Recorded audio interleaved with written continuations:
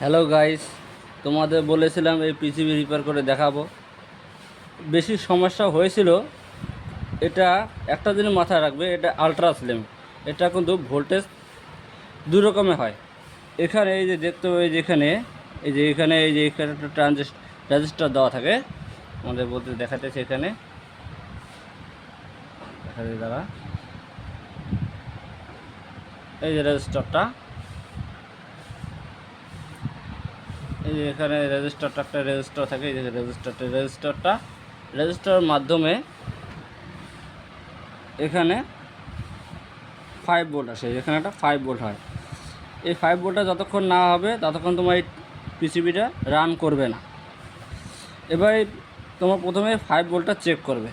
দেখা গেলো চেক করতে গেলে এখানে যদি 5 ভোল্টে দেখা গেলো আশপাশ ডাউন আছে, তখন এখানে দেখবে যদি 5 ভোল্ট এখানে থাকে, তবে তোমার এক কাজ করবে, এখানে এই যে পাশাপাশি এক ট্রানজিস্টার আছে এখানে, এই ট্রানজিস্টার চেক করবে।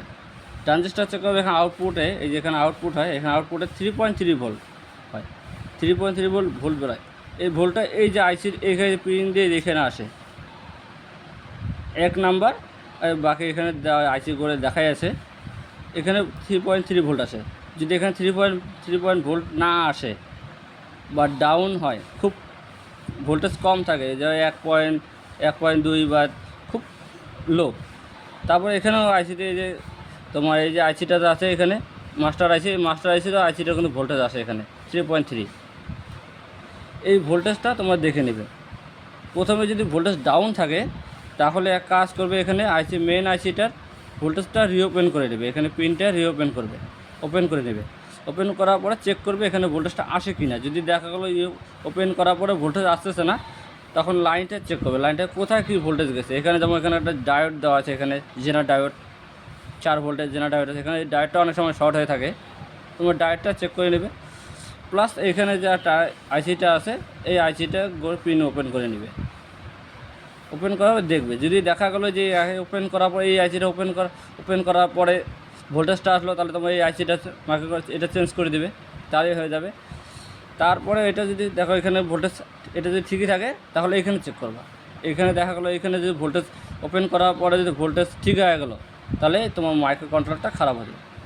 এই মেন আইসিটা খারাপ। আমি যে মেন আইসিটা চেঞ্জ করেছি, দেখা এই যে পুরান আইসিটা দেখো, নাম্বারটা ভালো করে দেখো, হয়তো দেখা যাচ্ছে না ঠিক মতো। এই যে আইসিটা দেখো, এই আইসিটা আমি চেঞ্জ করেছি। তবে এই যে নতুন আইসি আমি এখানে লাগিয়েছি, যেখানে এই আইসিটা লাগিয়েছি এখানে, দেখো ভালো করে দেখো। তোমরা অবশ্যই এভাবে করবে, করার পরে দেখবে তোমাদের সব। কিন্তু এই আইসিটা লাগার আগে সবথেকে বড় কথা, এখানে ভোল্টেজটা কিন্তু চেক করে নেবে। যে ভাববে যে পিসিবি অন আমার স্ট্যান্ড বাই, এটা এই আইসিটা না লাগালে স্ট্যান্ড বাই অন হবে না, কিন্তু এটা ভুল। এই আইসিটা লাগানোর আগে, মেন আইসিটা লাগানোর আগে তোমার দেখবে এখানে রিলিজ করার পরে এখানে কিন্তু এই যে এখানে দেখবা এই যে 4 পিন যে ট্রানজিস্টার আছে, এখানে কিন্তু যতক্ষণ রিলিজ হবে না, এখান থেকে কিন্তু 8 ভোল্ট বেরোবে না, 9 ভোল্ট 8 ভোল্ট বেরোবে না। এখানে এই যে 1 নম্বর পিনে একটা পালস আসবে, যখন এখানে রিলিজ হবে এখান থেকে 5 ভোল্টে পুরোপুরি আসবে, তখন তোমার এখানে একটা পালস ভোল্টেজ আসবে, যার কারণে এখানে পালস আসার কারণে এই ট্রানজিস্টারটা তোমার 8 ভোল্ট বের করার পরে এখানে এই যে এখানে একটা 5 ভোল্ট আছে, এই 5 ভোল্টটা বের করবে। তোমরা যখন এটা আগে চেক করে, এখানে ভোল্টেজটা তোমার চেক করে নেবে, অ্যাকচুয়ালি ভোল্টেজটা ঠিকমতো আসছে কি না। যদি দেখা গেলো হ্যাঁ এটা আপনার এখানে যে আবার 8 ভোল্ট বেরোবে, এটা কিন্তু না, এখানে 8 ভোল্ট কিন্তু আসবে না। যতক্ষণ রিলিজ এই মেন আইসি লাগাবো না, তখন 8 ভোল্ট এখানে আসবে না, বা এখানে কোনো ভোল্টেজ পিন ভোল্টেজ আসবে না, কালার ভোল্টেজ আসবে না। এটা সবসময় মাথায় রাখতে হবে। তারপরে যখন দেখলে 5 ভোল্ট বা আদার্স ভোল্ট ঠিক আছে, তখন তুমি এই আইসিটা লাগানোর পরে তারপরে চেক করবা। কিন্তু অবশ্যই এটা সিরিজের জন্য বোর্ড লাগানো হয়, নাহলে তোমার হয়তো এই আইসিটা হয়তো লাগানোর পরে কোনো কম বেশির কারণে এই আইসিটা খারাপ হয়ে যেতে পারে। বুঝছো না?